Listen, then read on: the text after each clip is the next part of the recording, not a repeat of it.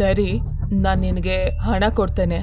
ಆದ್ರೆ ನಂದು ಒಂದು ಷರತ್ತಿದೆ, ಅದನ್ನ ನೀನ್ ಒಪ್ಕೊಳ್ಬೇಕು. ಕಂಡೀಷನ್? ಏನ್ ಕಂಡೀಷನ್ ಅಜ್ಜಿ? ನಮ್ ಕಂಪ್ನಿ ಕರ್ನಾಟಕದ ಅತಿ ದೊಡ್ಡ ಕಂಪ್ನಿಯವ್ರ ಜೊತೆ ಆದಷ್ಟು ಬೇಗ ಒಂದು ಡೀಲ್ ಮಾಡ್ಕೊಳ್ಳಿದೆ. ನಿನಗೆ ನನ್ನ ಮೇಲೆ ಸ್ವಲ್ಪ ಆದ್ರೂ ಪ್ರೀತಿ ಇದ್ರೆ, ನಾನ್ ನಿನ್ನ ಅಜ್ಜಿ ಅಂತ ನಿನಗೆ ರೆಸ್ಪೆಕ್ಟ್ ಇದ್ರೆ, ನೀನ್ ಈಗ್ಲೇ ಆ ಗೌತಮ್ಗೆ ಡೈವರ್ಸ್ ಕೊಡು. ಮತ್ತೆ ನೀನು ಕಬೀರ್ ಆನಂದನ್ನ ಮದುವೆ ಆಗ್ಬೇಕು. ಅಜ್ಜಿ, ನೀವ್ ಯಾಕೆ ಈ ರೀತಿ ಎಲ್ಲ ಹೇಳ್ತಾ ಇದ್ದೀರಾ? ಈ ಸಲ ಅಂತೂ ಗೌತಮ್ನ ತಪ್ಪೇ ಇರ್ಲಿಲ್ಲ. ನೋಡು, ಅದೆಲ್ಲ ನನಗ್ ಬೇಕಾಗಿಲ್ಲ. ನನ್ನ ಕಂಡೀಷನ್ಗೆ ನೀನು ಒಪ್ಪಿದ್ರೆ ನಾನ್ ನಿನಗೆ ಸಹಾಯ ಮಾಡ್ತೇನೆ. ಅಜ್ಜಿ, ನಾನ್ ನಿಮ್ಮ ಮೊಮ್ಮಗಳು, ಮತ್ತೆ ನಿಮ್ಮ ಮೊಮ್ಮಗಳ ಜೊತೆ ನೀವ್ ಯಾಕೆ ಈ ರೀತಿ ಮಾತಾಡ್ತಿದ್ದೀರಾ? ಇವತ್ತು ನನ್ನ ಮಗ ಸ್ಥಿತಿಲಿರೋದಕ್ಕೆ ನೀನೇ ಕಾರಣ. ನಿನಗೆ ನನ್ನ ಕಂಡೀಷನ್ ಒಪ್ಪಿಗೆ ಇದ್ರೆ ಮಾತ್ರ ನಾನು ನಿನಗೆ ಸಹಾಯ ಮಾಡ್ತೀನಿ. ಅಜ್ಜಿ, ನನ್ ಮಾತು ಕೇಳಿ. ಅನ್ವಿತಾಗೆ ಈಗ ಏನ್ ಮಾಡ್ಬೇಕು ಎಂದು ತಿಳಿಲಿಲ್ಲ. ಅನ್ವಿತಾ, ದಯವಿಟ್ಟು ಚಿಂತೆ ಮಾಡ್ಬೇಡ, ನಾನೇನಾದ್ರೂ ಮಾಡ್ತೀನಿ. ನೀನೇನ್ ಮಾಡ್ತೀಯಾ? ಇಷ್ಟು ದೊಡ್ಡ ಮೊತ್ತದ ಹಣವನ್ನ ಭಿಕ್ಷೆ ಬೇಡ್ತಾ ಇರ್ತೀಯಾ? ಅನ್ವಿತಾ, ನೀನ್ ನನ್ ಮಾತನ್ ಕೇಳು. ಈ ವೇಸ್ಟ್ ಬಾಡಿಗೆ ಈಗ್ಲೇ ನೀನ್ ಡೈವರ್ಸ್ ಕೊಡು. ಇವ್ ನಿನ್ ಜೀವನದಿಂದ ತೊಲಗ್ಲಿ, ಮನೆಗ್ ವಾಪಸ್ ಕರ್ಕೋಬೇಡ. ತುಂಬಾ ಒಳ್ಳೆ ಹುಡುಗ. ಮತ್ತೆ ಕಬೀರ್ ನಿನ್ ಫ್ರೆಂಡ್ಸ್, ಅವರಪ್ಪ ಕೋಟ್ಯಾಧೀಶ್ವರರು. ಅವರಿಗೆ 30 ಲಕ್ಷ ಲೆಕ್ಕಕ್ಕೆ ಇರಲ್ಲ. ಅವ್ರು ಖಂಡಿತ ನಮ್ಗೆ ಸಹಾಯ ಮಾಡ್ತಾರೆ. ಕಮಾನ್ ಅನ್ವಿತಾ. ಗೀತಾಗೆ ಇದ್ರ ಹೊರತು ಬೇರೆ ಯಾವ ದಾರಿ ಸಹ ತಿಳಿಲಿಲ್ಲ.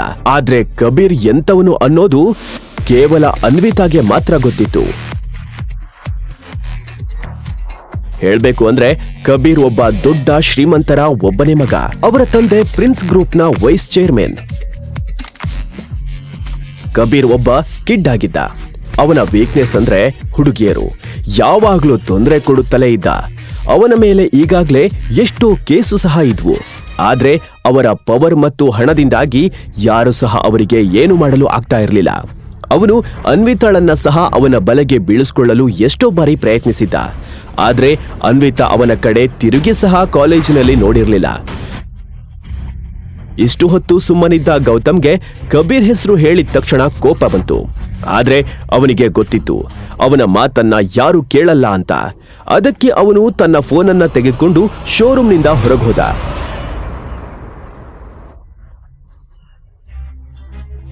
ಶೋರೂಮ್ನಿಂದ ಹೊರಗೆ ನಿಂತು ಅವನು ಯಾವುದೋ ನಂಬರ್ ಡಯಲ್ ಮಾಡ್ದ.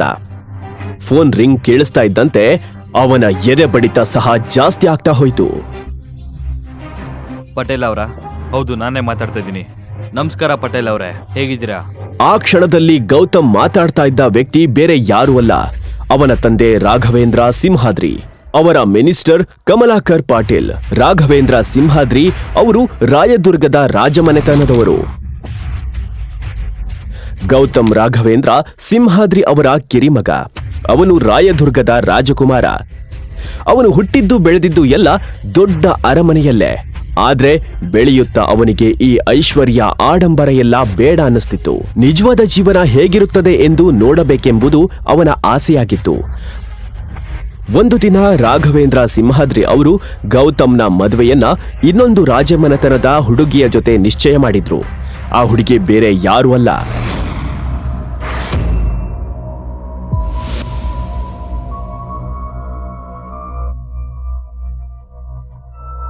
ಗೌತಮ್ನ ಬಾಲ್ಯ ಸ್ನೇಹಿತ ದೀಪಕ್ ಧರ್ಮರಾಜ್ ಅರಸ್. ಗೌತಮ್ ಅವಳನ್ನ ಪ್ರೀತಿಸ್ತಿರ್ಲಿಲ್ಲ. ಆದ್ರೆ ಅವನ ಮಾತನ್ನ ಯಾರೂ ಸಹ ಕೇಳಲಿಲ್ಲ. ಅದಕ್ಕೆ ಅವನು ಮದ್ವೆ ದಿನವೇ ಅಲ್ಲಿಂದ ಹೊರಟು ಹೋದ.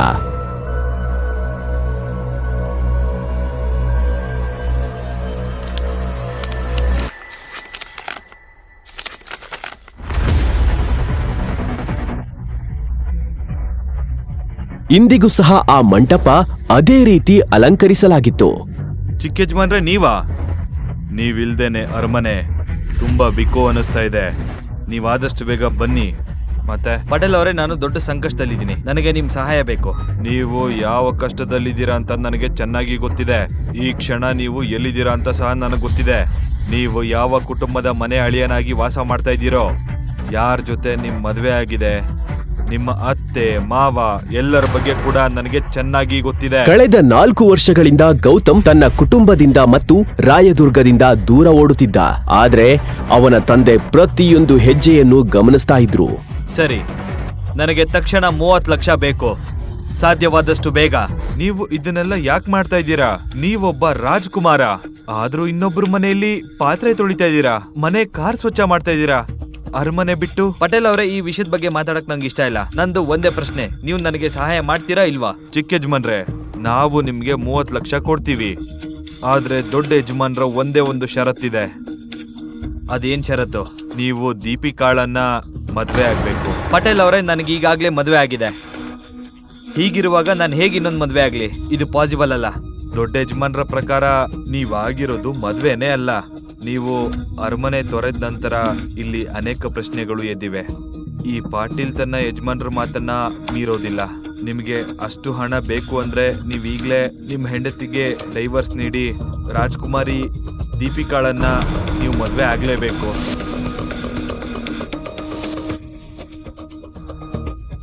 ಪಾಟೀಲ್ ಅವರಿಗೆ ಇಲ್ಲ ಅನ್ನುವ ಮೊದಲು ಗೌತಮ್ಗೆ ಅನ್ವಿತಾಳ ಚಿಂತೆಯಾಯಿತು. ಅವಳು ತನ್ನ ಜೀವನವನ್ನ ಪಣಕ್ಕಿಟ್ಟು ಆ ಕಬೀರ್ನ ಬಳಿ ಸಹಾಯ ಕೇಳಬೇಕಾಗಿತ್ತು.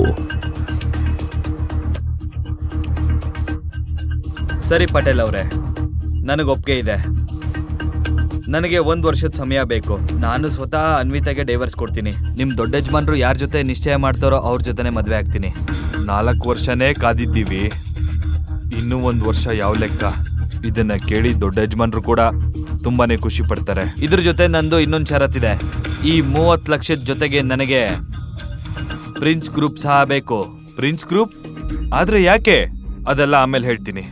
ಚಿಕ್ಕ ಯಜಮಾನ್ರೆ, ನೀವು ಇವಾಗ್ಲೇ ಏನು ಅಂತ ಹೇಳಬೇಕು, ಯಾಕಂದ್ರೆ ನಾನು ಈಗ ಪ್ರಿನ್ಸ್ ಗ್ರೂಪ್ನ ಆಫೀಸ್ ಹೊರಗಡೆ ನಿಂತಿದ್ದೇನೆ.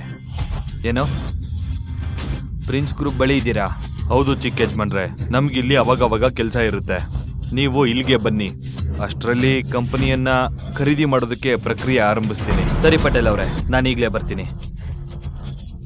ಕಮಲಾಕರ್ ಪಾಟೀಲ್ ಹೇಗೆ ಕೆಲಸ ಮಾಡ್ತಾರೆ ಅನ್ನೋದು ಗೌತಮ್ಗೆ ಚೆನ್ನಾಗಿ ತಿಳಿದಿತ್ತು. ಕಮಲಾಕರ್ ಪಾಟೀಲ್ ಒಂದು ಸಾರಿ ಏನಾದರೂ ಹೇಳಿದ್ರೆ ಆ ರೀತಿ ಅವರು ಮಾಡೇ ಮಾಡ್ತಾರೆ. ಅವರ ಪ್ರಭಾವದ ಮುಂದೆ ದೊಡ್ಡ ದೊಡ್ಡ ಜನರು ಸಹ ಸುಮ್ನಿರ್ತಾ ಇದ್ರು.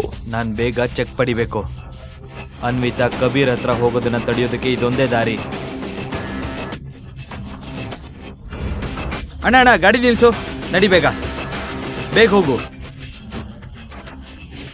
ಗೌತಮ್ನನ್ನು ನೋಡ್ತಾ ಇದ್ದಂತೆ ಅವರ ಕಣ್ಣುಗಳಲ್ಲಿ ನೀರು ತುಂಬಿಕೊಂಡಿತು. ಅಣ್ಣ, ನಿಲ್ಸು. ಕಳೆದ 4 ವರ್ಷಗಳಿಂದ ಜಗತ್ತು ಗೌತಮ್ನನ್ನ ಸಾಮಾನ್ಯ ವ್ಯಕ್ತಿಯಂತೆ ನೋಡಿತ್ತು. ಆದ್ರೆ ಪಟೇಲ್ ಅವರಿಗೆ ಮಾತ್ರ ಸತ್ಯ ಗೊತ್ತಿತ್ತು. ಗೌತಮ್ ಎಷ್ಟು ಸಂಪತ್ತಿನ ಮಾಲೀಕನಾಗಿದ್ದನು ಅಂದ್ರೆ ಪ್ರಿನ್ಸ್ ಗ್ರೂಪ್ ತರಹದ 10 ಕಂಪನಿಗಳನ್ನ ಕಣ್ಣು ಮಿಟಿಕಿಸುವುದರೊಳಗೆ ಖರೀದಿಸುವಷ್ಟು. ಈಗಲೇ ಡೌನ್ಲೋಡ್ ಮಾಡಿ ಕೇಳಿ ರಾಯಲ್ ವಾರಸ್ದಾರ ಕೇವಲ ಪಾಕೆಟ್ ಎಫ್ಎಂ ನಲ್ಲಿ.